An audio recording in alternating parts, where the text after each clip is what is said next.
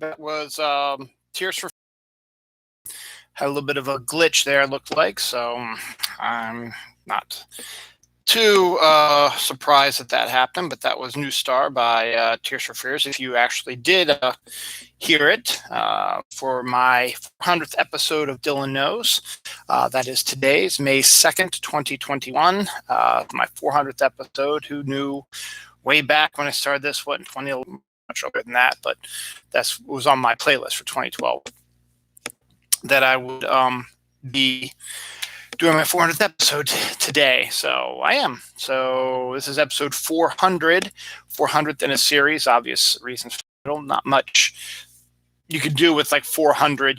500 is half. You can say halfway to 1,000 or something like that. And then 300, which was 100 episodes ago, I did my this is Sparta thing because of the movie 300. So whatever. But anyway, this is May 2nd, 2021, 400th episode of Dylan Knows. It's May. This is May, whatever you want to call it, whatever that Justin Timberlake thing was. But yeah, and here we are, moving right along. So, what do we got going on this week? We got my Oscar winners and losers, I guess you could say. QAnon losers, Hogwarts anniversary, Battle of Hogwarts anniversary, and the MCU anniversary are on the same day. Haunted Victorian child dogs, Hugh Jackman, Killian Scott, Michael Douglas, Olympia Dukakis, Angelina Jolie. Lots and lots of archaeological stuff and science stuff this week. An insane amount this week as well. NFL draft, my mom's birthday, Godzilla energy drink, Taiki Waititi, Starbucks, Strato launch, Paddington 2 tops. No, I'm sorry. Paddington 2 has just pulled off something that no one expected to happen. Paddington 2 did. Yep. I'll tell you about that in a second. BAFTA. Okay. Noel Clark, Finn Wittrick, McDonald's, Starbucks, Kristen Ritter, Black Adam, Demon Slayer, Ironheart, Marvel News, Jeff Goldblum, Vincent Kartheiser, Another Round, Elizabeth Banks, Vivo, Percy Jackson, Shorts, Pokemon Go, Fortnite. What the hell is that? Oh, Samurai Litter Pickers. I know what that is now. And mac and cheese lasagna, just to name a few things as well. God damn, what is... I have no idea what this is, so I'm going to question mark that. So, let's get started. First up, with the Oscars. As I said last week, it just felt a little off with the Oscars. I hadn't really been paying much attention to the films because most of them debuted online or very small amounts in theaters. I had hardly heard of any of them, hadn't really done a lot of research on anything, so just went and picked blindly what I was going to pick. Didn't do an Oscar prediction show because I don't think it really would have helped you. In the end, I turned out to be right. I finished up with record of 11-12, which is some of the worst I've done in a while. But the fact that I had it so close to 500 for so long, and literally it was like that. I started off with a really bad start. I went like 0 for 4, I think, to begin the day. No, I went 0 for 1 for the first one, then went 1-1, and then I lost 3 straight, and then it just started going back and forth. And then I had like 3 straight wins, and then it just from that point on, it was like I'd win 1, lose 1, win 1, lose 1, win 1, lose 1, win 1, lose 1. So it was basically 500 all the way up to the final shocking part of it. This Oscars was a little bizarre. I wasn't planning on watching it, but my daughter said she wanted to watch it, and I said, okay, I'll do something with my daughter. That'd be great. I like spending time with my daughter. So we sat down and watched it, and there was watched the end of the whole thing. It ended slightly after 11 o'clock, which was surprising because it usually doesn't end when you cut out the excess garbage that most of the Oscar shows have. Obviously, you can get it done within a 3-hour period. And if they would have excised the music trivia thing, which we'll talk about in a second, you probably would have been done by 11 o'clock. But first and foremost, Steve Soderbergh, who is a director, did Out of Sight and the drug Traffic, that movie Traffic, which won the Oscar for him, and the Ocean's 11 remakes with George Clooney, stuff like that. Sex, Lies, and Videotape. He has a very cinema verite-esque style to it. He produced this year's Oscars, and they shot it. It was shot live at Union Station in Los Angeles. So it was at a train station because they were only allowing the nominees and the presenters to be present at the show. So it was a much smaller venue than the huge venue that Bryan Cranston later said that they'll be returning to next year, hopefully with COVID, hopefully a little bit more safely behind us. Which also means we'll probably turn to the bloated 4-hour time frame, which kind of sucks because I kind of like the crispness of how fast this was. But he shot it in a cinema verite style so that it didn't look live. It looked like it was a film of the Oscars. And someone actually made a really good point. It looks like as if someone was having a dream about the Oscars. So basically it was a really kind of bizarre setup. The room they were in was sort of leveled up, had like levels, like a movie theater sort of thing, and it had a giant window, which obviously as night fell, you could see the light changing. It was very intimate, very stuff like that. The people who did it decided to mix up the order of things. They did Best Director early on in the show. They did Best Picture before Best Actor and Best Actress. There's a reason for that. I'll tell you why in a second. And then they didn't show a lot of the clips, which I was most disappointed about in the show, is that they should have shown the clips. It's a award show for movies. You need to show the clips of the movies and documentary stuff, short features, stuff like that you're showing, because a lot of people didn't see these films, and it's a way to advertise these films. So you can say, hey, I haven't heard about this one movie, and you see a clip of it, it's like, oh, it looks pretty good, let me go check it out. I mean, you might say, okay, I won an Oscar, let me go check it out, but it's better if you actually see, okay, what's the film going to be kind of about? I mean, they really only talked about the title of it, and you had to garner what it might have been about. Now, they did show clips for some of the stuff, but not for all of it, which I find really weird. They also did this really bizarre thing, not every time, but every nominee, the presenter would tell a little story about them. You know, such and so worked really hard through their 5 years of college of acting to get to this point in their career, playing such a great role for such a menial movie, stuff like that. It was just this weird kind of stream of conscious type of thought. I did like how they had Questlove, the member of the Roots, be the orchestra. So he played a lot more like movie and pop culture songs, stuff like that. So I like having them on there. The presenters did some joking, but not a lot of joking. It was more just straightforward. Here are the nominees. This is a little story about the nominees. Here's the winners. Here's your speech. They also let the speech, the people doing the speech, let them talk as long as they want for the most part. They didn't play anyone off. I think they made a determination also that only if it was multiple people who won, majority of the time they would have one person do the speech for all of them. Occasionally one or two people would jump in there. But they let the speeches go organically. And there wasn't a lot of just fluff, filler, and stuff like that. It was just, I mean, I guess you could say the descriptions of the nominees' career, stuff like that, a little bit of filler, but it was going at crisp pace. So we got close to it was like 10:40, 10:45, and there's only like 4 awards left. It's like, ooh, we might get this done before 11. And then they had to throw the Questlove Music Challenge. I guess they had to say, well, we should probably do one of these stupid fluff pieces. So they had Questlove play 3 pieces of music, and the guy who was emceeing it would pick 3 actors or actresses out of the audience and have them try to figure out if the film was nominated for an Oscar, won the Oscar, or not nominated. And I think 2 of the 3 didn't figure it out. And Glenn Close, who was the third one, she figured hers out, and then she did the thing that we talked about. It was the song "Doing the Butt," and she went up and did the butt, which was kind of interesting. But that killed the momentum and caused the show to go over the 11 o'clock time slot.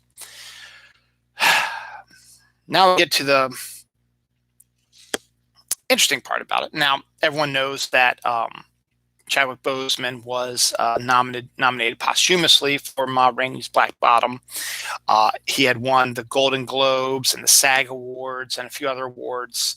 Was nominated for BAFTA and nominated for the Academy Awards. Now, the BAFTAs are the Oscars for the British, for Britain. So Anthony Hopkins for The Father won the Best Actor, that one being Chadwick Boseman. But in more proof that maybe the Academy and the people who do the show don't know who the winners are, because there's always been rumors that they already knew who the winners were. That's why they set them in certain spots and knew what was going to happen. But in this case, the reason why most people believe that they were changing up the order to do Best Picture before Best Actor, Best Actress was because you would have Best Actor be the last award of the night, and the expected Chadwick Boseman to win would be a great way to end the show on a high note, showing respect for Chadwick and his career and stuff like that. And that didn't happen. Joaquin Phoenix came out, announced the nominees, and then just said, and the winner is Anthony Hopkins for The Father, and it says, thank you, good night, and then the credits rolled. Anthony Hopkins wasn't there because of travel restrictions. That was the other thing also that was kind of interesting. A lot of the people who had to travel didn't because of the travel restrictions. So they had, if nominees were in France or Australia or whatever, they would film them live from there in their suits outside in a location. Like I think Sacha Baron Cohen and his wife Isla Fisher, who was Australian, were outside of the Opera House, and it was like 10 in the morning or something like that on Monday, and they were dressed in a fancy dress and his tuxedo, and they were nominated, and he was nominated for a bunch of stuff. And so he was filmed from there. And then a couple of people who did win were in like France, stuff like that. They were handed the award and did their speech like as a Zoom sort of feature type of thing. But Anthony Hopkins was asleep because it was like 4 a.m. In England, and didn't know he won until the next morning. And then Oscar Twitter just went absolutely apeshit when Chadwick Boseman didn't win, because that was the whole point of changing everything up and around, was to end on a high note, and then not to have it end on a high note, to have Anthony Hopkins, who won his second Best Actor award, win instead of Chadwick Boseman, pissed a lot of people off. Now, you get back down to earth a little bit, and even Chadwick Boseman's family said, this is like, look, Anthony Hopkins' performance was outstanding, and he wasn't like some shitty performance that got nominated that beat Chadwick Boseman. It was probably the best performance by an actor of the 5 that were nominated. And they said, and a lot of people also said, in a world where Chadwick Boseman does not die, he probably gets nominated, but he probably doesn't win, So there was a lot of that, and Anthony Hopkins had nothing to do with it, so people were railing against him. It's like he had nothing to do with it. He was nominated. It wasn't like he said, I'm going to pick the winner. No, he just did his performance. So, and when he saw it, and he did a video of him accepting the award, he thanked, the Chadwick Boseman and the family, and gave credit to all of them and stuff like that. So it was just kind of a weird thing, and just a lot of stuff, shocking stuff that happened. A lot of the wins that were like everyone thought were dead certs, besides the Chadwick Boseman, didn't turn out to be the winners. And it was just kind of a really weird, off-putting Oscars. I don't know, but I went 11 and 12. real quick. We'll do the winners. Best actor in leading role was Anthony Hopkins for The Father. Best actor in a supporting role was Daniel Kaluuya in Judas and the Black Messiah. Actress in a leading role was Frances McDormand for Nomadland, which, by the way, was her third Best Actress nominee, putting her in Rarefied Air. And she is in a version of a Coen Brothers version of Macbeth coming up this year, so she might win her fourth. And also, she technically won her fourth because she helped produce Nomadland, because Nomadland won Best Picture. Right? Yeah, Nomadland won Best Picture, so she was a producer. She won her fourth. She won her fourth Oscar there. I thought Carey Mulligan's Promising Young Woman, which had won, she'd won pretty much everything, was a dead cert on that one, but she didn't. Actually, supporting role, I thought this was Glenn Close's year because she's never won an Oscar.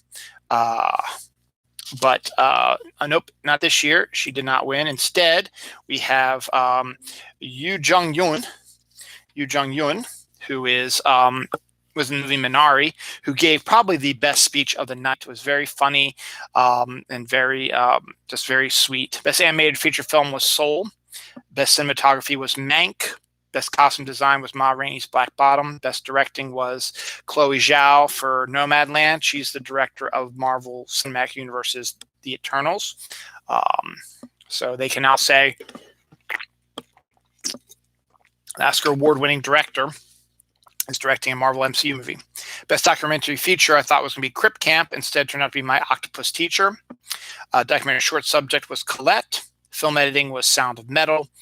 International feature film was Another Round, which, by the way, you'll see later on in the show that they're doing an American remake of it with Leonardo DiCaprio, which I find kind of annoying, but okay.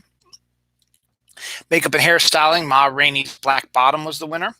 Original score, Soul won that one.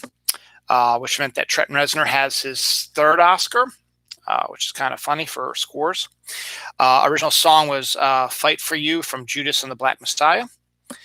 Production design was Mank. Animated short film was If Anything Happens, I Love You. Live action short film, which I surprisingly won. I just picked it out of thin air, Two Distant Strangers. Best sound was Sound of Metal. Best visual effects was Tenet.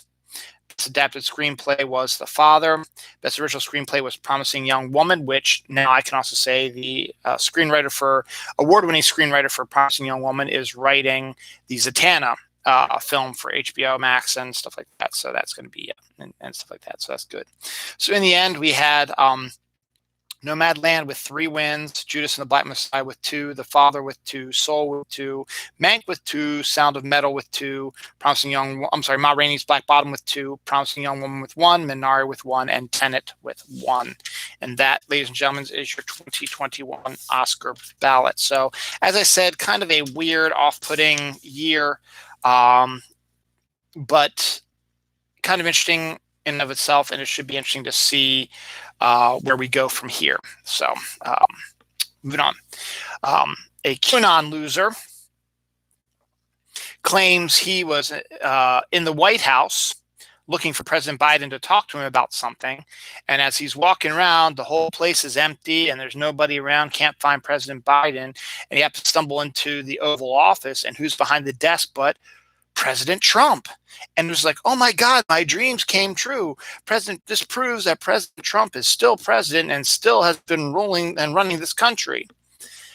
And you just have to shake your head that these morons believe this still. And he took a picture with supposed Trump behind the Oval Office, saying, here's proof that he was still in the Oval Office. And people were like, yeah, we've seen this picture before. It was taken last year when he was still in office. So this guy was a complete and utter loser trying to prove that the conspiracy theory that Trump was actually still president and Biden is just the front man, whatever. So all these speeches that he does and all the stuff that he's doing and announcing is actually all done by their Lord and Master Trump, where actual footage is appearing of him being depressing, interrupting people's parties and claiming that he was screwed over by the election. He's like ranting on patios and interrupted a wedding to just go off on the election results, stuff like that, and his stuff like that. So this guy is sad. QAnon is sad. You are all just sad, so just go fuck off. God damn, people piss me off. Today is May 2nd. It is the anniversary of the Battle of Hogwarts anniversary. Yes, I know it's a fictional thing, but to a lot of people, it's kind of a real aspect. We are looking at the 23-year anniversary of it. Also, the MCU's anniversary is today as well. May 2nd, 2008 was when Iron Man premiered, so that makes it 13 years since the MCU started. So, a lot of that. My daughter is older than the MCU. Family is reunited with their cat after 13 years. Always nice to see a heartwarming story like that on my thread. Apparently, especially on the 400th in a series episode. Now, I wasn't going to write about this, but I'm going to. Real quick, I finished reading a book about Nala, the cat that was found as a kitten at the top of a mountain in December.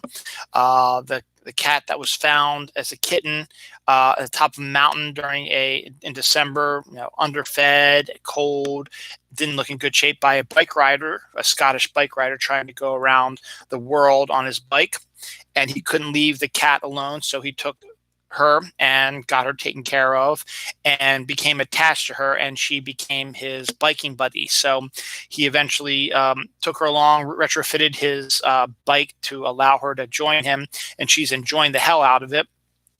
He started taking pictures and had an Instagram and YouTube page, stuff like that. And the Dodo, which is a page on Facebook, did a story about him. And all of a sudden, he started getting all these new followers on his Facebook and his YouTube and his, not Facebook so much, but YouTube and Instagram, and became so popular. I think he has 9 million followers. That he started, people were interested in the updates of Nala, and cat food companies were asking for him to do commercials for them, and then he came up with an idea for a calendar for Nala, and the money would go to help special groups that he's been running into around his trips that need help, charity, stuff like that. And then he decided to write a book about his adventures, and it sold really wildly and crazy as well. So I read it, and it was a really good book, and I joined his Instagram after I read it because it did end in like April of 2020 with kind of we're stuck here because of coronavirus. We can't go around the world. So we'll tell you what's going on. And I wanted to find out what happened. So I joined his Instagram to catch up on him, and saw everything. He ended up going back to Scotland for a while, and then went back to Austria, and then just sort of hunkered down there, and is still hunkered down there until things open up. Supposedly this summer, things will be allowed to open up a little bit more, and he'll be able to travel into Russia, which was his plan, take a train ride down to the Vietnam, China, Korea area, and then eventually make his way over to Australia. But with COVID, it's really hard with the borders and stuff like that. So, but he's in no hurry, and he just absolutely adores Nala, and she loves him, and it's just wonderful, wonderful thing. If you want to follow him on Instagram, it's one bike, one world, I think, is the name of his Instagram, I think. Let me just follow. I don't want to give wrong stuff here. Let me see.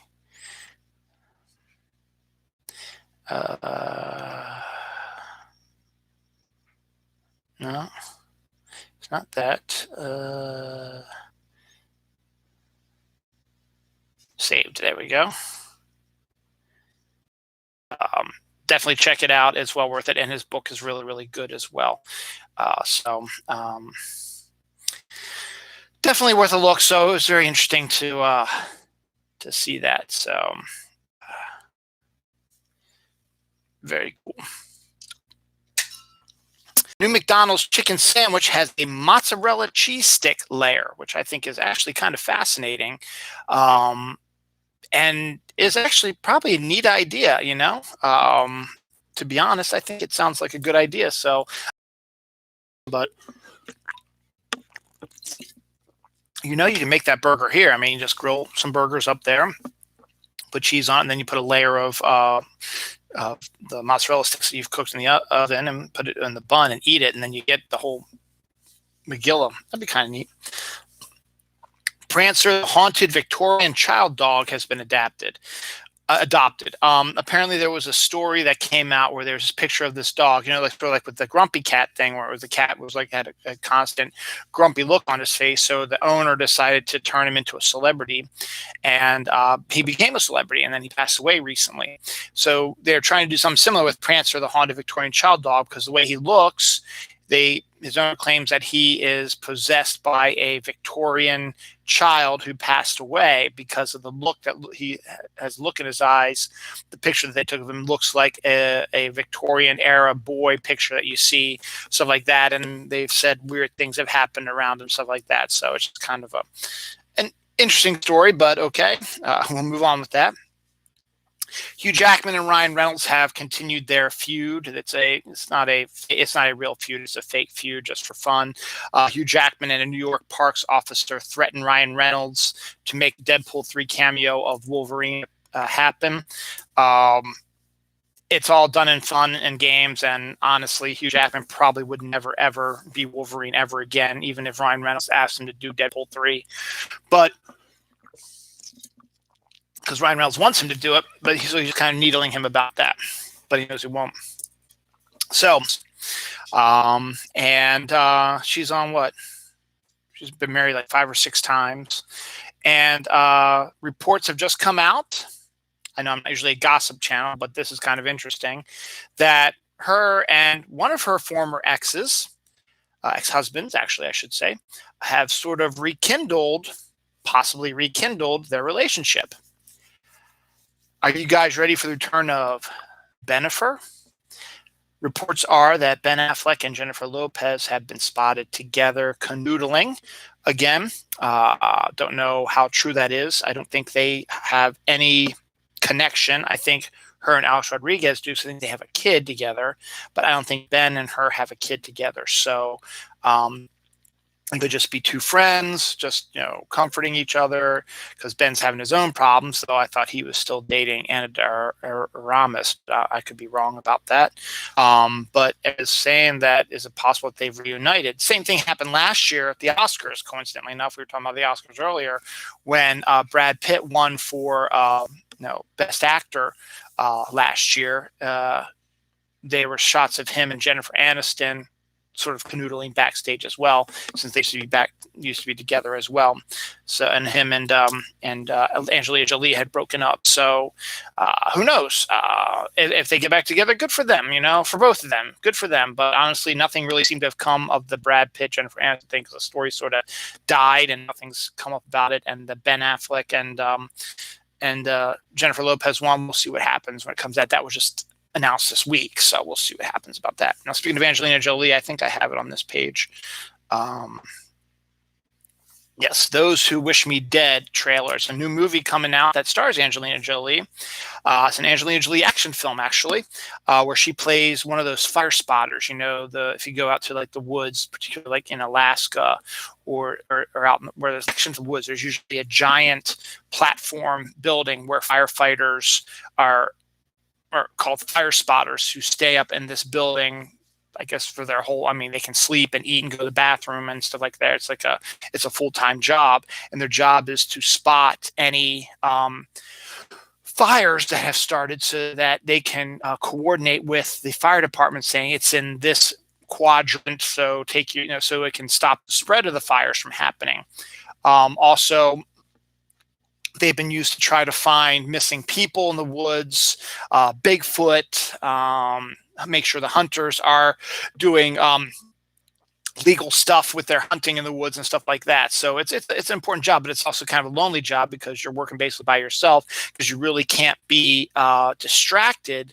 And you have you have northwest, northeast, south, and west that you have to cover. So the building is like right in the center, and you have to look in every direction all the time, because if you miss even the slightest fire, it could destroy forests and people, and kill people and animals and stuff like that.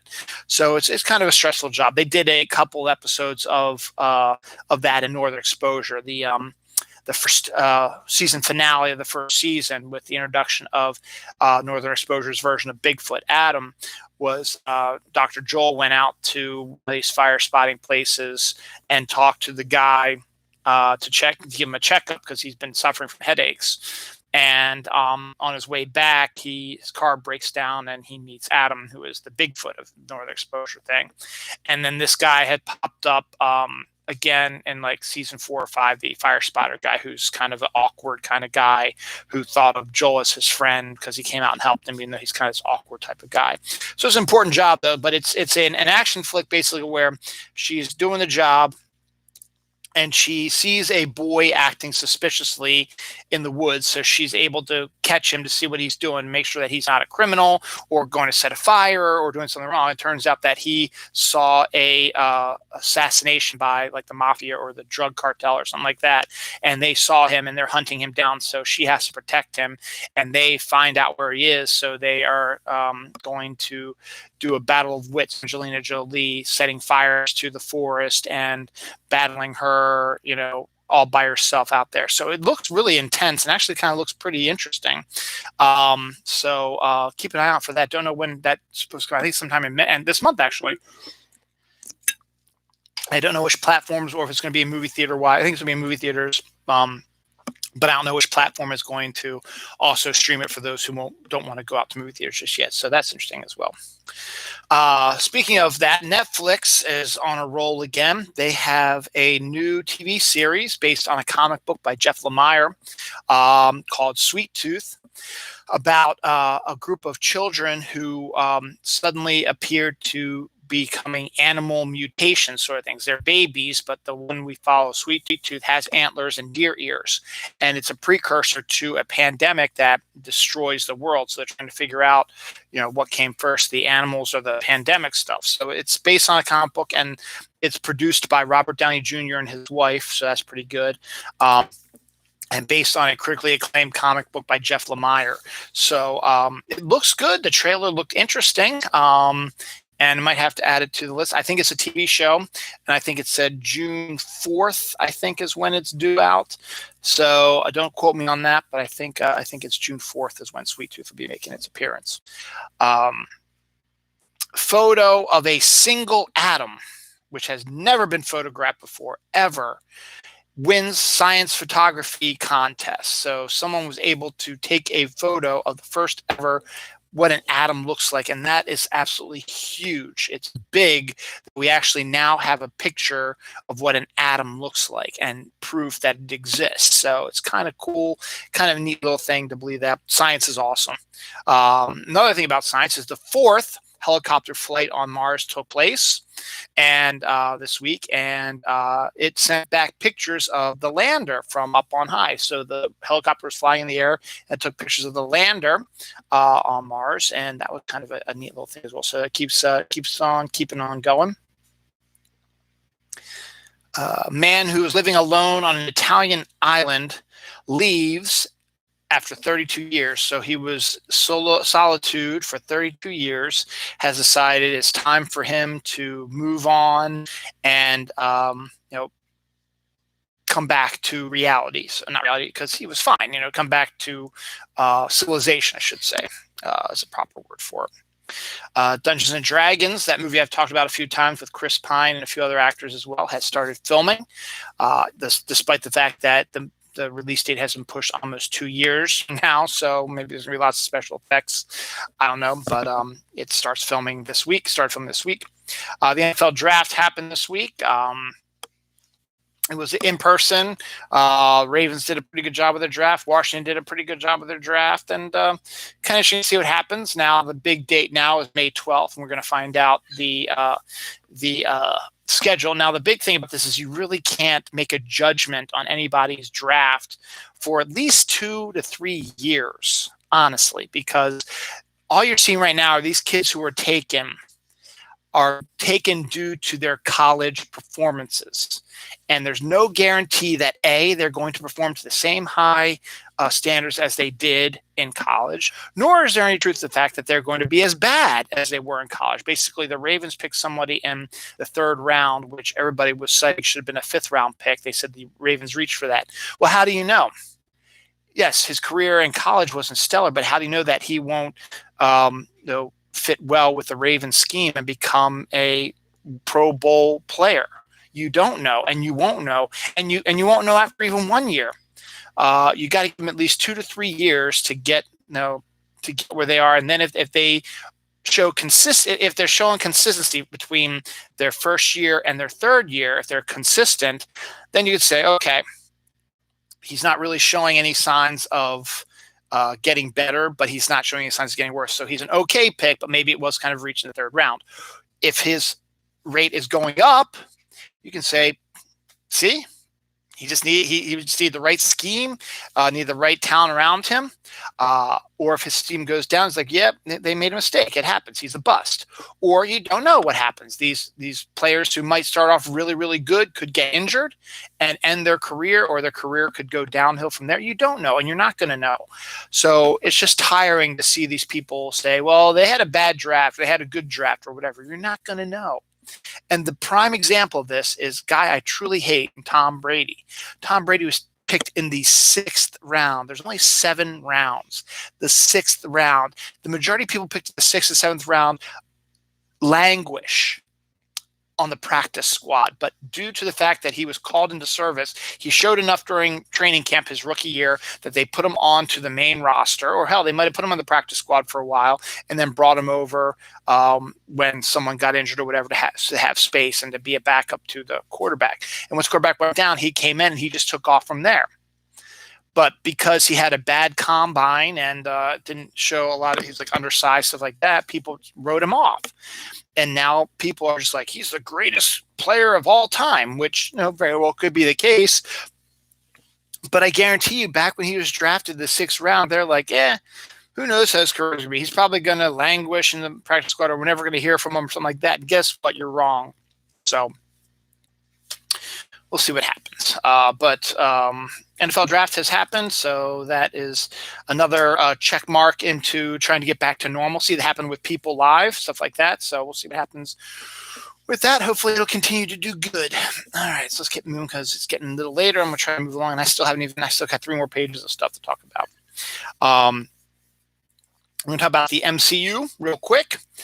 Killian Scott, a young Scottish, Irish, British actor, something like that, has been cast in Secret Invasion. So they continue to do casting, which leads me to believe that filming is going to be underway very soon for Secret Invasion, which is good, which means it's going to come out sooner than later. But one series that surprisingly has started filming, which surprised the hell out of me, is Moon Knight with Oscar Isaac and Ethan Hawke. Has started filming now, so we're going to start seeing, more stuff about that, and that also is a good sign that Moon Knight very well make an appearance next year. Maybe not necessarily around this time, because they got to film their 6-9 episodes, whatever, and then do the grab. So I would say maybe within about a year or so, we'll probably see it show up like there. Hawkeye, I think I talked about that earlier. Hawkeye has finished filming their series, so more and more looks like it'll be probably popping up near the end of the year of this year, so that'll be good to see that. Miss Marvel, which is currently being filming, had some behind-the-scenes photos taken, which shows the main actress playing Miss Marvel in a comic-accurate costume, and I am ecstatic beyond belief that they got the costume right. So, huzzah. TV shows have been pretty good about getting the costumes right. Studio Ghibli to launch a Spirited Away jewelry line, which is good. The U.S. Navy has patents on tech that it says will engineer the fabric of reality, which a lot of people believe is that they reverse engineered stuff from UFOs that they have collected from damaged UFOs. In the world of the first batch, this is the first batch, there's a whole bunch of these, the first batch of archaeological stuff. Lincolnshire farmer digs up a tank which sank 70 years ago. So he dug it up, and there were pictures of him in front of the tank. That happened this week.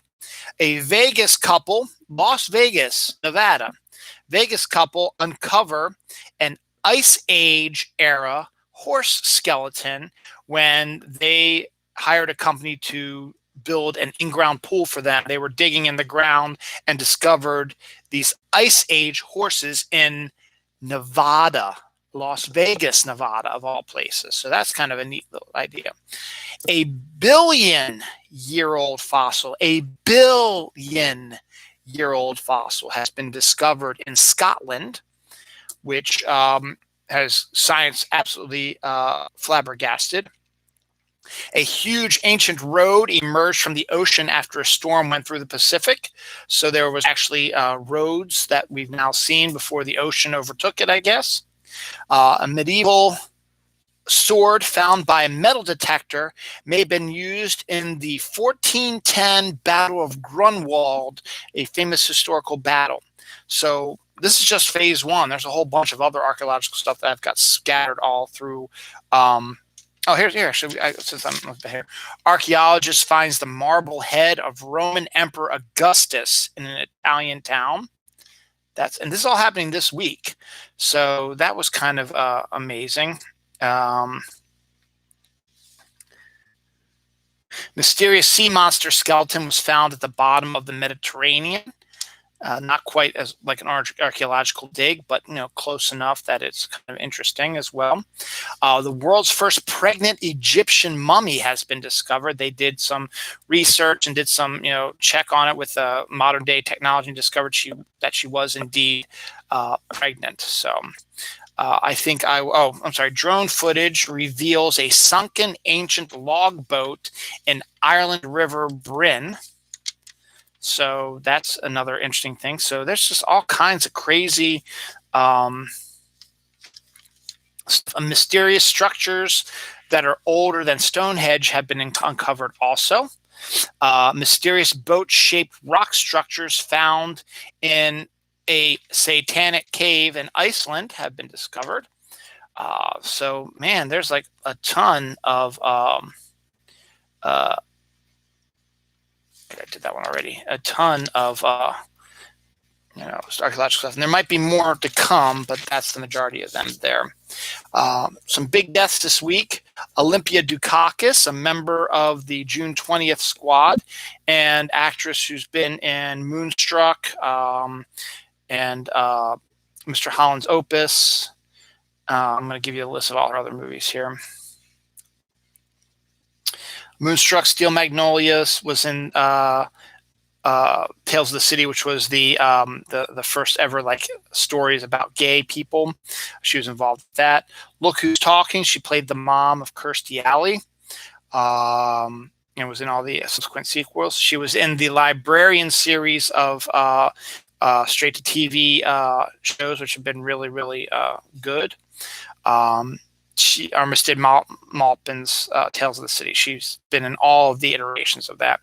She was in the really depressing Dad movie, which I kind of remember watching before, with Jack Lemmon, Ted Danson, and Ethan Hawke. What else? She's been in a whole bunch of stuff. I'm trying to think of other ones. She was in the comedy Mafia with Leslie Nielsen, making fun of mob movies. She was in Working Girl. She was in Lily Sobieski's Joan of Arc movie. She was in Bryan Cranston's The Infiltrator movies. Was in Paul Reiser's movie The Thing About My Folks with Peter Falk and Olympia. She was in Mighty Aphrodite.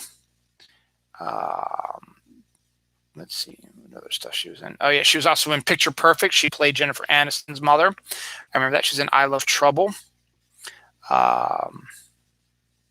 So she's been in a whole bunch of stuff. And as I said, also, she is a member of the June 20th birthday squad. So we lost, I think she was 89 years old, I think. You will be missed, Olympia. Michael Dukakis, and also was Michael Dukakis' sister, I believe. He ran for president, I guess, against Ronald Reagan back in the 80s, I think. Or at least against Bush, one of those two. Michael Douglas's stepmother. I mean, Kirk Douglas passed away last year, and I guess he got remarried. And Michael Douglas's stepmother died at the age of 102 this week. Michael Collins, the third member of the Apollo 11 lunar party. He was the guy that didn't get the accolades that he should. Neil Armstrong and Buzz Aldrin were the first men to walk on the moon, but Michael Collins was the one that got them there, flying the ship and keeping the ship in orbit so that they could actually come back to the Earth. So he passed away this week. Robin Wood, prolific D&D artist, died at the age of 67. Former NFL and Florida State linebacker Geno Hayes died at the age of 33 due to liver disease. A Kenyan anti-vaccine doctor who claimed the vaccines weren't helping to stop the spread of COVID-19 and to not get the vaccine because it wouldn't work, dies of COVID-19.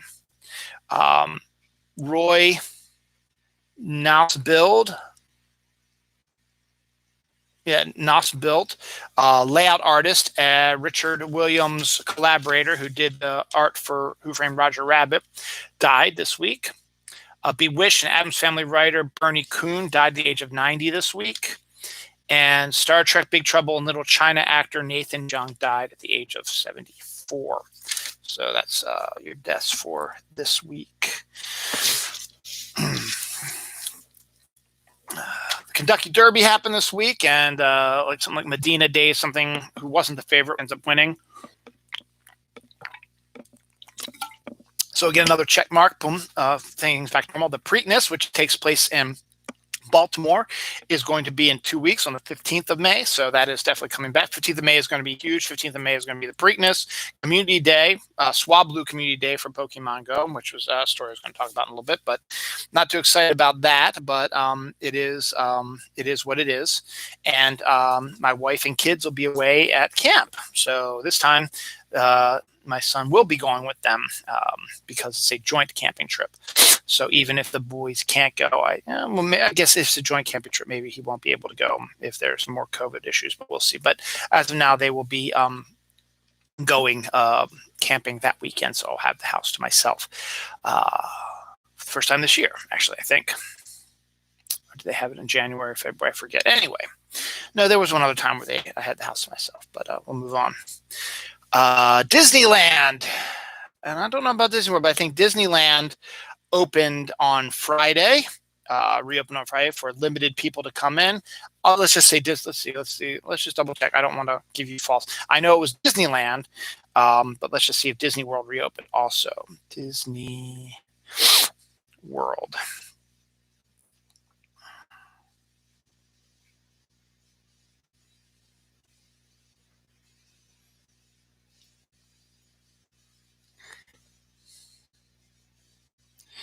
Let's see, is there anything? Yeah, I believe Disney World is opened also. Let's see if there's anything in updates. Yeah, I believe Disney World has opened as well. So Disneyland did, I know for a fact Disneyland did open this past Friday. I believe Disney World might have opened already, but Disneyland is opened. One of the weirdest pictures of it was a couple homaging the end of World War II thing with the army man kissing the nurse in front of the parades. I think they did a similar style thing like that. So well, that is good news. Bad news is the Disney stores that everybody knows and loves and all your various malls like that may not be around for much longer. Apparently, Disney is going to be closing all of those retail stores either to come back in a few years once things settle down with COVID or reevaluate, and we'll see what happens. So in the end, I feel like that's going to be the main thing that's going to happen. A lot of these shops that have closed down are going to reevaluate stuff in about a year or so once hopefully COVID has settled down a little bit and restrictions have been reduced and the death tolls and positivity rates go down and stuff like that. I guess once that happens, then they can start building back some money up and they'd be like, okay, let's try this again and reopen then. So we'll see what happens about that. That's kind of scary, but we'll see about that. This is a kind of a thing, but Ryan Coogler reshaped the sequel to Black Panther after Chadwick's death. Many actors have mentioned this recently because it appears that the scripts are done and that they will be filming very soon after that. Scientists discover strange creatures under a half-mile of ice. They were digging in for something else and discovered strange creatures buried under the ice. Yay, I guess. Taika Waititi to play Blackbeard in HBO Max's pirate comedy show Our Flags Mean Death. So it adds to his prolific characters that he's played before. Cobra Kai Season 4 has finished filming, so that should be coming out probably by this fall, I would assume, to Netflix. In fact, Season 3 came out in January, and the fact Season 4 will probably be out sometime in the fall is kind of good for them. Dream Horse trailers. They said the Kentucky Derby was this week. There was a new movie that came out, or is a trailer for it, that is about a couple that buys a horse and trying to get their horse to enter into horse races, and finally is able to. So it just looks like a cute, kind of interesting drama film. Horse racing films are always kind of interesting, I guess. I told you Disneyland reopened this week. It looks like New York City will be fully reopened by July 1st, I guess just in time for your July 4th celebrations at the Statue of Liberty.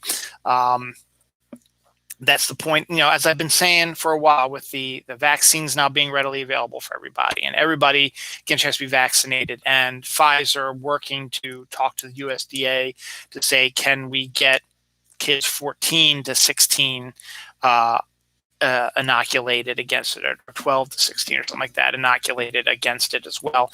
And the fact that, the positivity rate is going back down again, not as many deaths and stuff like that, despite the fact the morons who are still refusing to take the vaccine, but those are still plenty of us who are, and life is getting back to normal. They're hoping that by July, things will get back to kind of a normalcy. So New York is betting on that, reopening on July 1st.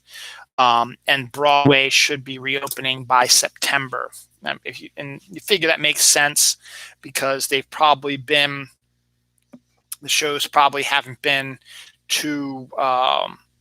have been rehearsing and stuff like that because they can't. But now when July 1st opens, you can go to your theaters and you can basically restart the show for the most part. Like, you just cast it and you are doing the auditions and you're doing rehearsals to get it on tap so that you're ready to be opened in September, so that you can get the moves down pat and the songs down right and the props right and everything like that. Because when you're doing a play, from getting cast to when it airs, it takes a couple months. It took, when I did plays in high school, the casting would be like in September and the show would be like in November. So it'd be like a 2-month window where we'd have to do rehearsals and stuff like that. So I would assume that with New York City opening in July, that means that they will allow people into the Broadway theaters, but not to watch the shows, but to rehearse and get their mojo back and get them back into action. Or maybe it will give them a chance to recast. Maybe the people that originally were doing the show before COVID hit can't do it now because they're doing other things, or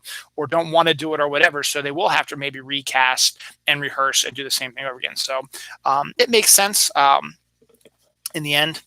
The Strato Launcher, a world's biggest plane with 6 Boeing 747 engines, completed a 3-hour air travel flight.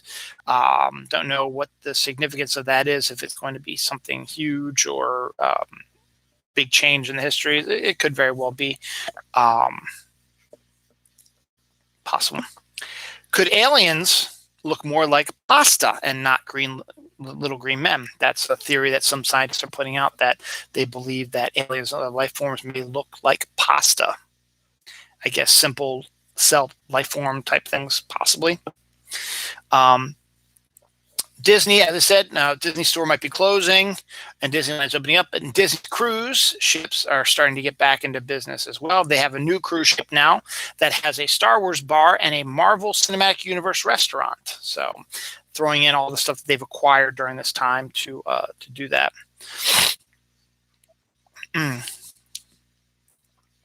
Paramount orders a series about a badass female-driven monster hunter series, sort of like a Buffy Vampire Slayer for the next generation, but not quite like that, to star Kristen Ritter, who played Jessica Jones. So, I mean, she can still do 2 roles at the same time. So if they decide to bring Jessica Jones into the Marvel Cinematic Universe, like I talked about last week, she can still come in and portray the role, but she can also do other stuff as well. So the casting, HBO Max-wise casting, Finn Wittrock has been cast as Guy Gardner in the Green Lantern HBO Max series. doesn't quite fit the bill for me. I don't like how he looks, but that's besides the point. Doesn't matter. As long as he give him his iconic Mo haircut, they give him his attitude that he has, and also make him from Baltimore, I will be fine, because that's all the things that make the character about the character. And also remember that Jack Black could make an appearance on the Green Lantern show. Everybody's like, oh, no, not that. I was like, I'm more likely assuming that it probably wouldn't be Jack Black personally. It would probably be his voiceover for some of the alien characters that are cast in the Green Lantern series. Because it's not just going to focus on Green Lantern humans. It'll have the other aliens involved in it as well. And I assume Jack Black would probably be the perfect voice. I wouldn't say a good voice for Kilowog. He wouldn't be, but maybe Selak. He might be a good one for Selak, and some other characters. It'd be interesting to see that. The world's first see-through sky pool that's built 115 feet above the ground. It's going to be opening in the UK, which means it is completely glass square, over 115 feet above the ground, filled with pool water. So people will be able to see you swimming around in it, and you'll be able to see everybody looking at you too, and seeing the ground below you as you're swimming in the water. Seems kind of weird to me, but what do I know? Here's something else that goes with archaeology. Hundreds of stone tools have been found in a gold mine that could be over 1 million years old. I forgot that when we were talking about that before. I don't know much about NFTs, but I have 2 NFT stories. Disaster Girl sells her iconic meme for $500,000. I think someone tried to explain what NFTs is like someone said, I want to buy the Mona Lisa, and they say it'll be $65 million. And so the guy pays it, and he says, when can I take it home? It's like, no, you don't get to take it home, but you do get this receipt that says that you own it.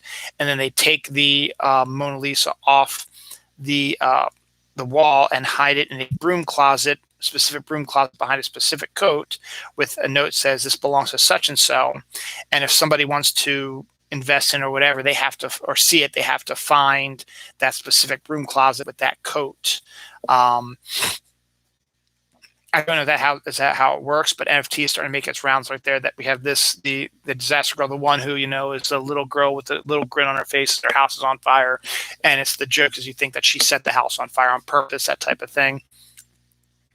That's one of the NFTs. The other is one of the NFL draft picks created a card that he's been selling once he got drafted by a team. He put it on his shop or whatever, and it's worth like thousands of dollars. I still don't understand how that works.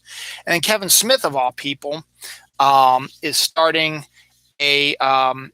his new film, Kilroy is Here, which is a horror anthology, as an NFT, and is starting a cryptocurrency studio, which I think it's how he's going to start releasing his movies.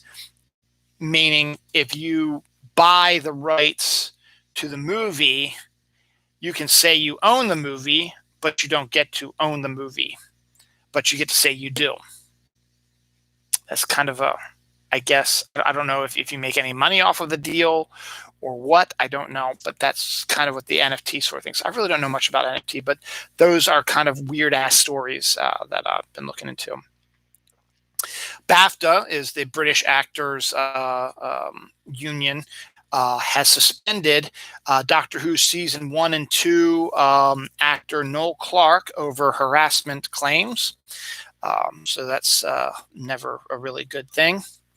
Another week, another summer inflatable to talk about. This time an inflatable tank pool float with working cannons that shoot water out of it and pedals so you can move across the swimming pool while you're attacking your friends in this tank.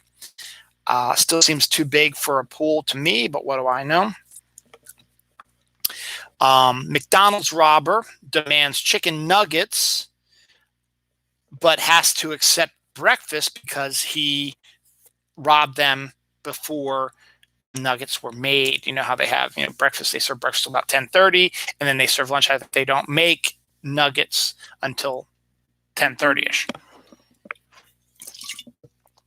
He robbed the store like around 9 o'clock, so he had to settle for breakfast instead of chicken nuggets.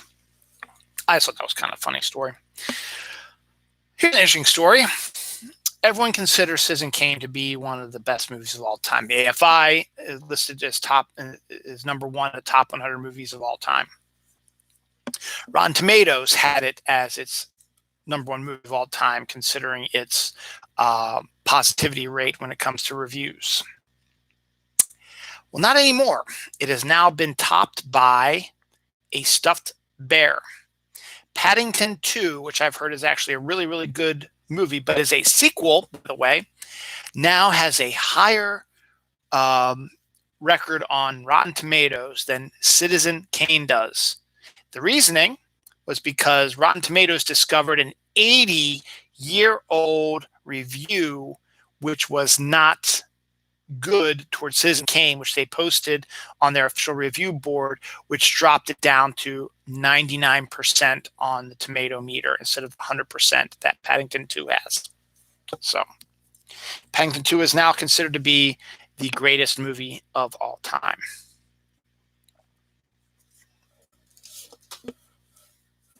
Okay, then. Demon Slayer is now the highest grossing anime film of all time. Globally, not just Japan. That happened a while ago, but now globally, it is now the highest grossing anime film of all time, beating Spirited Away. Getting back to Marvel, Ironheart, the story about the young black female Iron Man, has gotten a 6-episode pickup, and also has set Chinula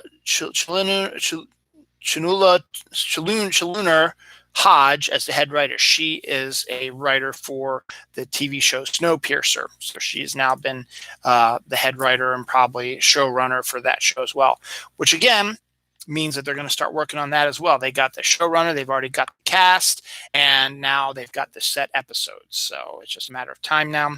So like that. Disney Plus has bought the rights to do a Percy Jackson TV show. That's been news for a few years now, and we get updates periodically. Rick Riordan is totally hands-on involved with him and his wife. They just announced this week that casting has begun for Percy Jackson.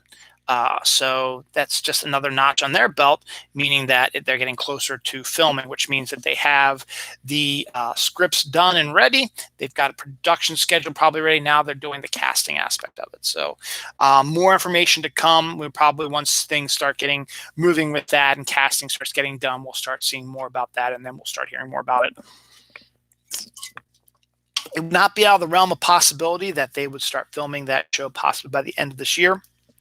It's a very real possibility. To be continued. Elizabeth Banks, lovely actress who was in 40-Year-Old Virgin and a bunch of other stuff as well, and is a good director in her own right, has jumped on to help bring a animated Flintstones sequel to the world, to grown-ups, actually for grown-ups. Fox Networks have bought the rights to it. It sounds actually pretty interesting. It is going to detail the move from the Stone Age to the Bronze Age.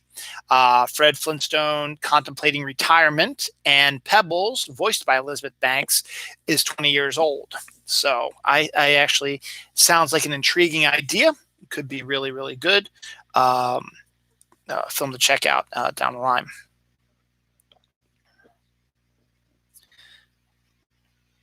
Could Christina Ricci play Morticia Addams in the new Tim Burton Wednesday show? Now, we've talked about all this before. Tim Burton is doing a new Addams Family show. He's also going to do a prequel about Wednesday. He's producing and directing and stuff like that. And there's also, a few years back, people were posted a picture. I think actually Christina Ricci, actually did a photo shoot dressed as Morticia. And they're saying that if they ever did a new reboot of the Addams Family, that Christina Ricci should play Morticia Addams because a few reasons. One, she played Wednesday Addams in the movie versions from the early 90s. And also, she was a really good mimic of Angelica Houston, so she could continue to do that sort of thing as well. So I'm all for it. Plus, she has a relationship with Tim Burton, has worked with him in Sleepy Hollow, and that's really the only thing they've worked together. But she seems to be like the perfect muse, one of the perfect muses for him, the perfect type of character that would work for him. And I would think that would probably be a really good idea.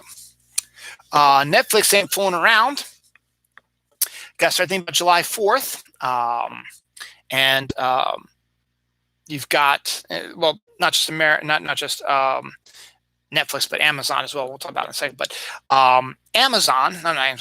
Netflix is revealing the first behind-the-scenes pictures of America, the motion picture, animated film from the creators of the Lego Movie and Spider-Man and the Spider-Verse, Lord and Phillips or something like that, are making a revisionist history of about America, which is going to be an R-rated animated film. I think the premise along the lines is that a chainsaw-wielding George Washington hires a ragtag group of people, including beer-swilling Sam Adams, a pissed-off Geronimo, scientist Thomas Edison. I guess a time travel aspect in it as well, because also in the picture had a RoboCop in there as they take on Benedict Arnold and the British Army during the American Revolution.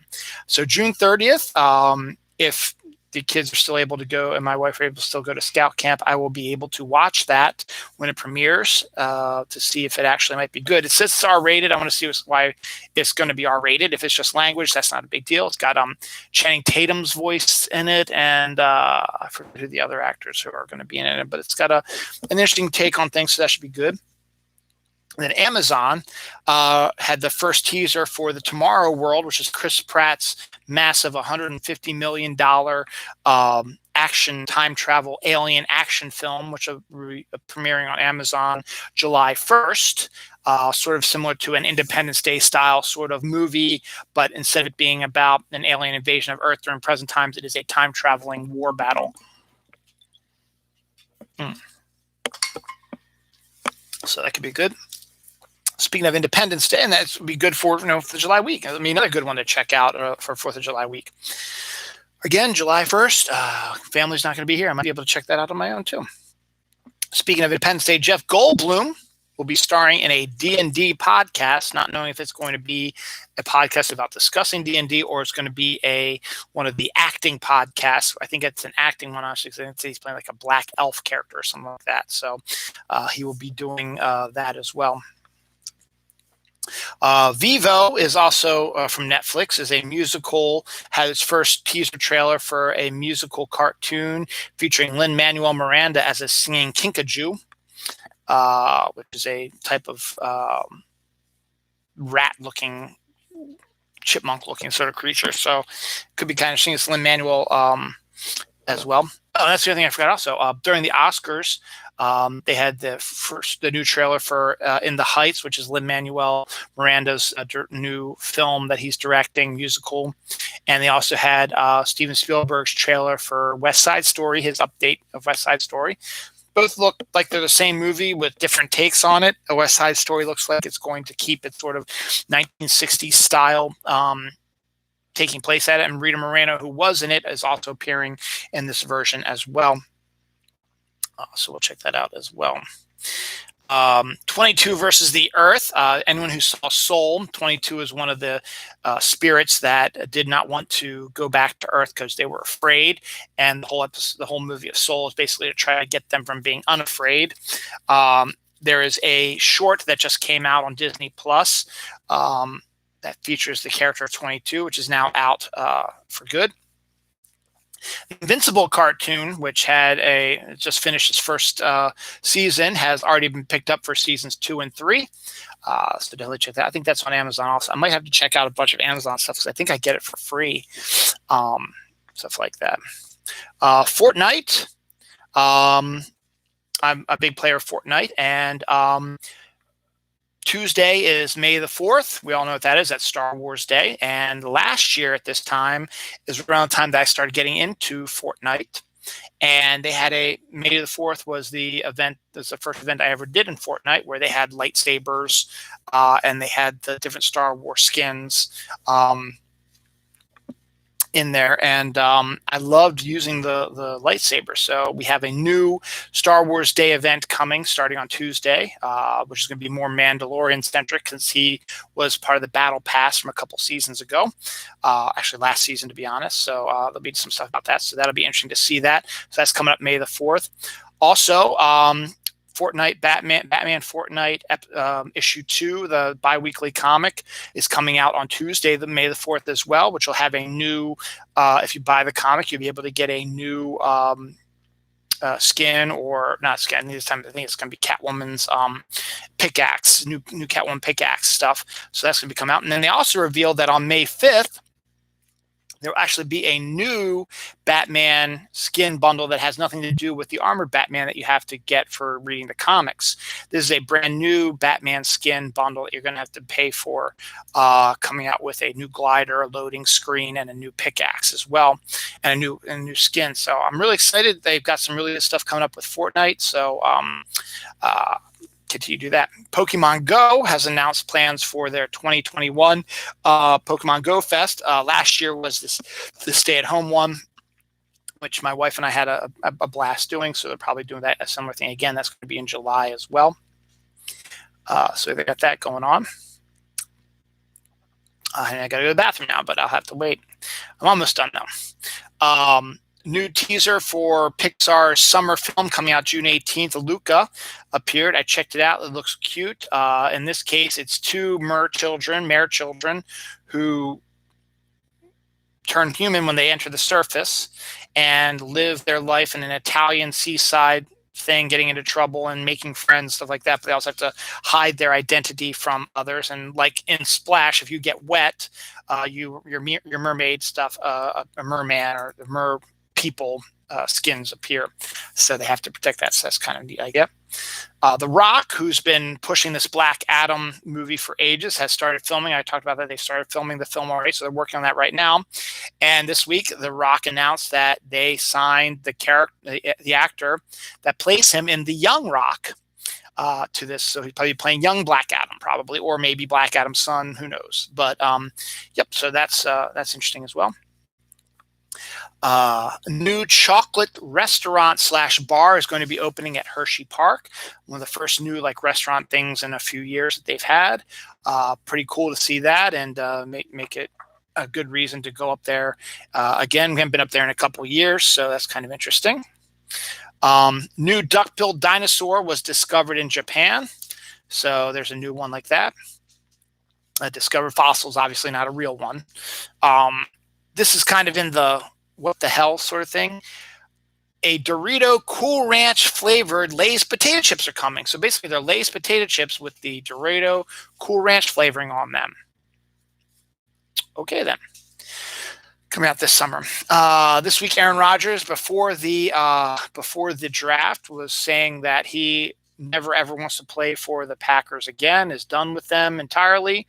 And it brought out a very interesting unique thing about football. I don't know what the proper term is right now because I'm thinking too much. I having to go to the bathroom. But no Packer quarterback has played for the Packers more than 16 years. So Brett Favre, Bart Starr, and now Aaron Rodgers have all played for the Green Bay Packers for 16 years, and none of them have ever played a 17th year. Now, that could change with Aaron Rodgers. Maybe they'll work out their issues and stuff like that. But the fact is, those are the three greatest quarterbacks in Green Bay history. And the fact that they've all played for Green Bay for only 16 years is kind of interesting. The National NOAA, National Oceanographic Association, something like that, discovered a new, beautifully weird sea creature. So that's kind of neat to see that. A small little squid-like sort of creature. Smoky pineapple margaritas could be your new summer cocktail using, I guess, tequila, smoky tequila and pineapple flavor stuff.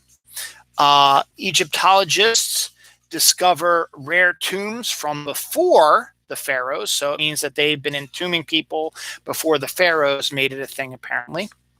Impossible cosmic rays seem to be shooting out of Antarctica. Nobody knows why that's happening.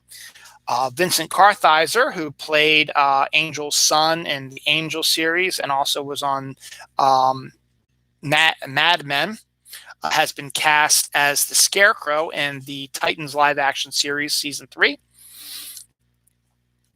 A woman is hit with felony charges for not returning a VHS copy of Sabrina the Teenage Witch for 21 years.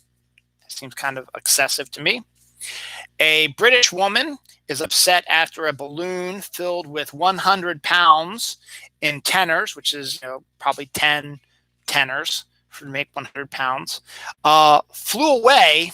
It was attached to a present they were going to give to a family member. The balloon flew away with this 100 pounds in it, and they've never found it again.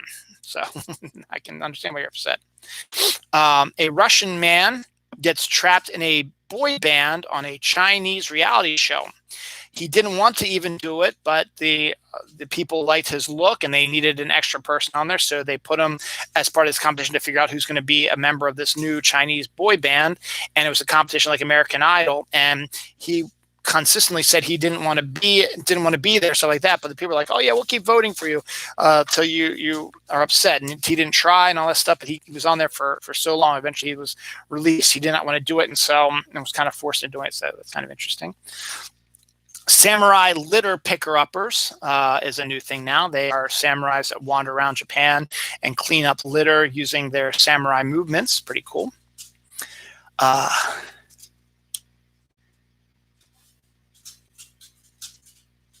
Disney Imagineers have created a free walking Groot robot that may be in the park soon. That's kind of weird. The mac and cheese lasagna, for those who like macaroni and cheese and bacon in layers, sounds extraordinarily cheesy and probably destroy my stomach.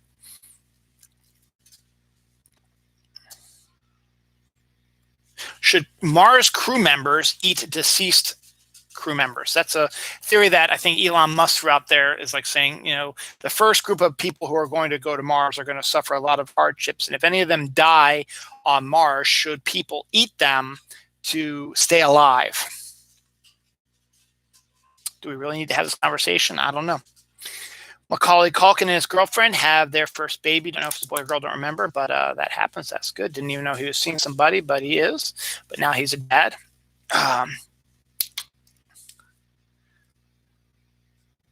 What the hell was I on?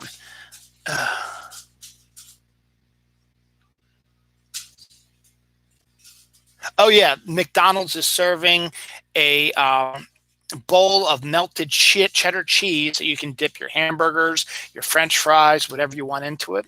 I guess it's kind of a good idea. John Wick spinoff series, The Continental, will follow young Winston, who runs the Continental in the 1970s. So that's going to be a show coming out soon. Captain Crunch treats, Crunch Berry and peanut butter flavors are coming up at your shop there. Cookies and Scream M&M flavor will be returning for Halloween.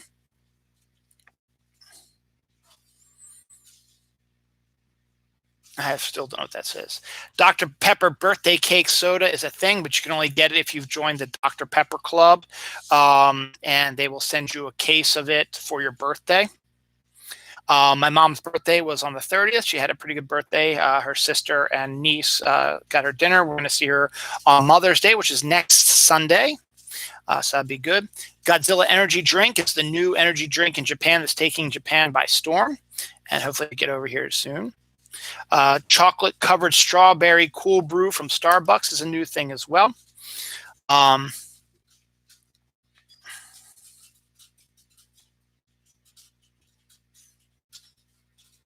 have no idea what that says. And I really need to go to the bathroom. Oh yeah, the first behind the scenes shots of the live action Naomi film, or TV show rather, on the CW revealed their first behind the scenes stuff, and it's basically the actress who's playing Naomi doing a live action version of the cover, which is really cool.